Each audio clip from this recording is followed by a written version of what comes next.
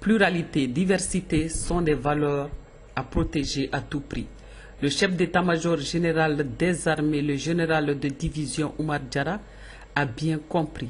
Dans sa pluralité et diversité, les Maliens sont appelés au vote référendaire. La portée historique du rendez-vous du 11 et 18 juin exige l'emploi des forces de défense et de sécurité pour la bonne tenue du rendez-vous référendaire.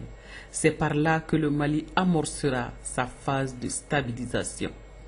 Les forces armées maliennes, dans toutes leurs composantes, entendent sécuriser et donner une garantie certaine à cet appel républicain, une citoyenneté fondamentale leur concernant et aussi concernant tous les Maliens.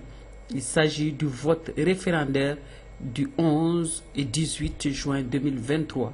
Le chef d'état-major général des armées, le général des divisions Oumar Diarra, a ainsi sillonné les secteurs 1, 4, 5 et la région numéro 8 pour se rassurer du bon déroulement du scrutin. La crise récurrente demande la vigilance des forces de défense et de sécurité et leur engagement pour accompagner les Maliens dans leurs devoirs citoyens.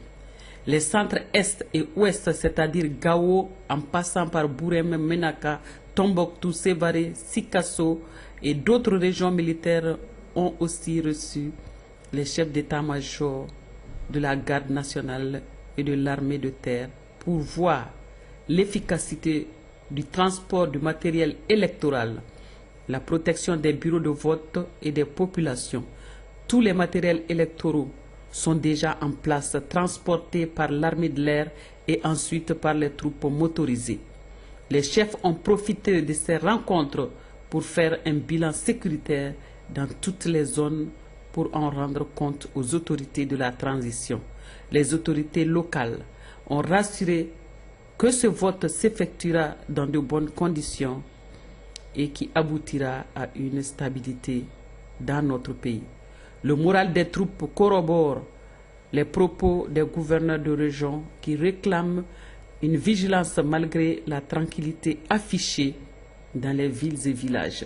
Ces cas isolés d'attaques par endroits seront traités au fur et à mesure. Le Mali étant un vaste pays, il demande une surveillance de grande envergure sur les mouvements des ennemis.